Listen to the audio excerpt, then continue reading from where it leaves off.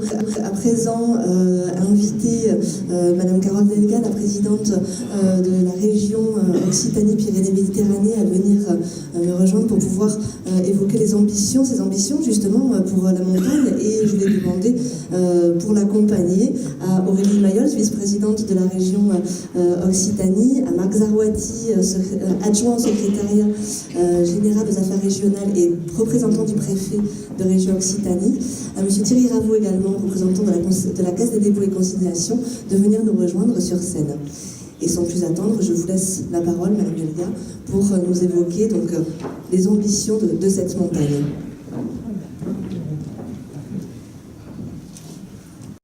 Bonjour à toutes et bonjour à tous. On va faire en sorte de passer de l'ombre à la lumière. Alors j'ai bien entendu, Henri, qu'on peut avoir le caractère ombrageux, mais je pense qu'il faut que nous ayons une énergie positive. Donc nous sommes vraiment dans un moment important pour le Parlement de la montagne, puisque nous allons travailler ensemble sur ce plan montagne qui va vous être présenté, et je vais en dévoiler de nombreux axes dans le cadre de mon discours.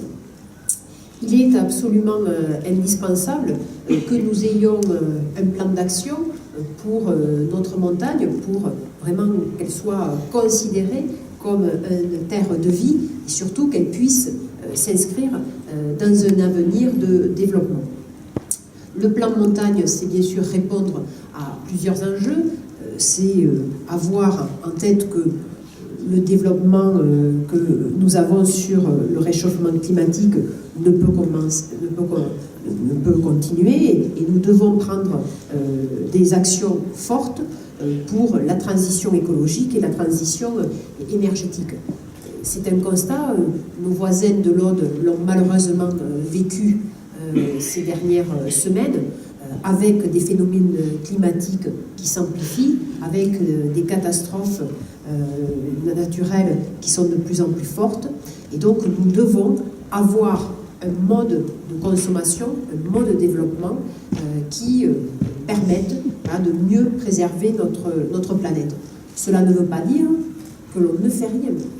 Cela veut dire que dans l'ensemble des actions que nous mettons en œuvre, et en effet il faut qu'il y ait du développement, nous ayons toujours en tête la question de la compensation et de comment on peut aussi réduire nos consommations, et je pense en particulier sur la consommation énergétique.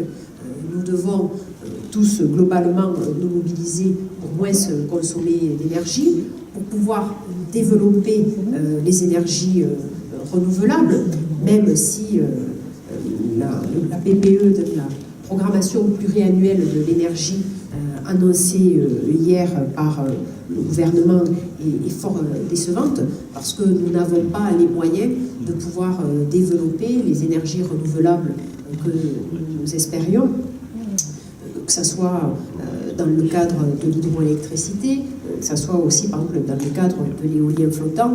L'éolien flottant qui a une vraie acceptabilité, contrairement à l'éolien terrestre, et malheureusement les volumes qui ont été annoncés ne permettront pas à la filière industrielle d'investir et de pouvoir se constituer.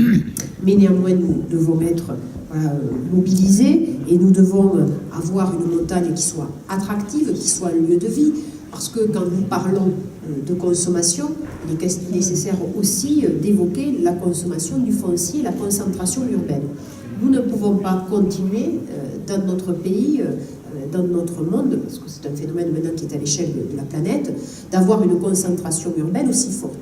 Nous en voyons les limites, avec une qualité de vie qui se dégrade fortement, avec un temps passé dans les embouteillages qui est trop fort. Donc nous devons savoir mettre en avant les atouts de tous nos territoires, et tout particulièrement de nos territoires de montagne, pour que ce soit des territoires attractifs, des territoires de vie.